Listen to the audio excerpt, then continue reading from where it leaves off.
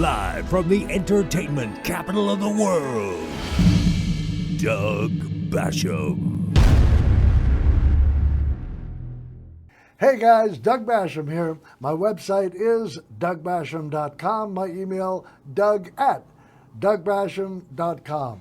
Hey, did you hear the latest drivel from right-wing propaganda fascist hate media host Laura Ingraham on Fox Noise? I'll let you hear what she said in her own words. But seriously, who else could have gotten Person of the Year this year? You can't give it to Taylor Swift again. Well, speaking of Taylor Swift, The Angle does have some advice for her. Call Trump and offer to perform at the inauguration.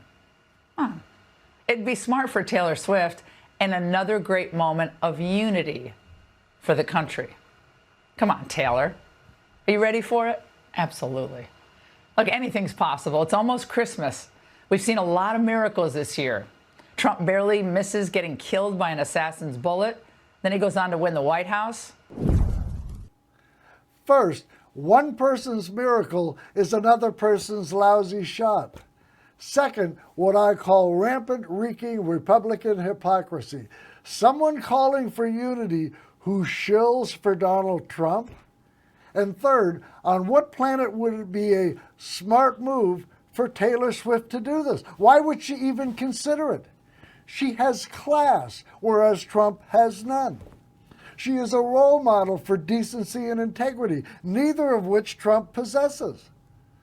Performing for someone she so rightfully detests, I think, would be viewed as a cardinal sin and betrayal by Swifties worldwide. And in all honesty, Taylor Swift doesn't need Donald Trump at all. And in fairness, he doesn't need her either. He managed to get reelected just fine without her. And why would Trump want Swift anyway? First, he posted on his anti-social media site that he hates Taylor Swift. Second, why would he want Taylor Swift when he has a multi-talented daughter-in-law / singer in his own family? Well, I won't back down. No, I won't back down. You can stand me up at the gates of hell, but I won't back down. And there's more to come. No, not necessary. That's quite enough, thank you. First rule of show business, Lara.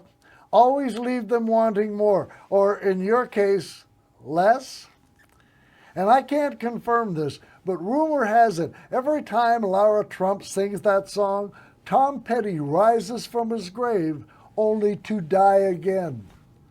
And ironically, after she recorded that song, she backed down from being the co-chair of the RNC.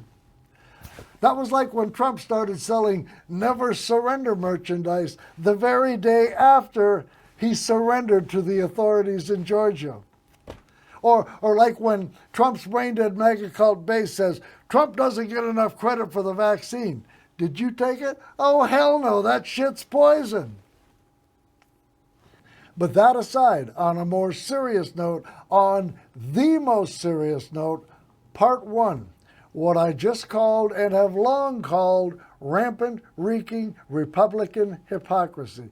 Again, someone calling for unity who shills for the quintessential divider and thief, Donald Trump, the guy who calls any media entity that dares report the truth about him the enemy of the American people. The guy who calls those who just disagree with him the enemy within, who should be handled by the American military.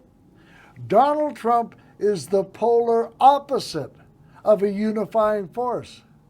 He not only has zero ability to unify this country, he has less than zero desire to unify us. Donald Trump thrives on chaos and division, including within his own inner circle. His massive yet fragile ego demands he pit people against one another as they try and outdo one another for his favor, approval, and affection. Add to that, his base doesn't want unity. They would pass out on their fainting couches if Trump tried to bring this country together. Trump's base has isolated themselves inside the right-wing propaganda, fascist hate media bubble and echo chamber, who has preached nothing but hatred and division for decades, to the extent hatred, chaos, and division has become their norm today. They don't know anything else. And if Taylor Swift were to sing at Trump's inauguration, they would see it as a sign of weakness, capitulation, and surrender, not as an attempt at unification. They would mock and ridicule her. Part 2, and this is my main beef. Why is it that it is always Democrats who are either asked or volunteer to unify? When Joe Biden was running in 2020, he promised to unite the country. It was a noble goal, but a completely unattainable one. The MAGA right doesn't want a unified country. They consider themselves to be the only true, real Americans, with everyone else not worthy of even communicating with, let alone unifying with. From Joe Biden inviting Trump to the White House for a fireside chat, to those Democrats who will undoubtedly attend Trump's swearing-in ceremony, making sure they adhere to normal rules and protocol, for someone who has no respect for either. And what will that get them, other than derision from both their own base and Trump's? It's what's commonly known as a lose-lose situation. But show up, many of them will, as they willingly turn our constitutional republic over to someone who said our Constitution should be terminated. Why?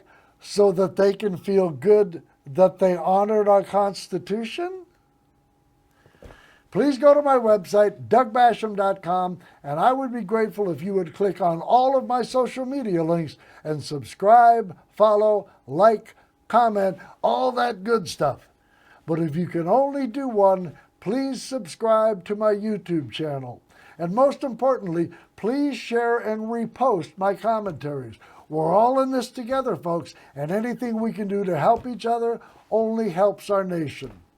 And that's it for now. Thanks for watching. Take care.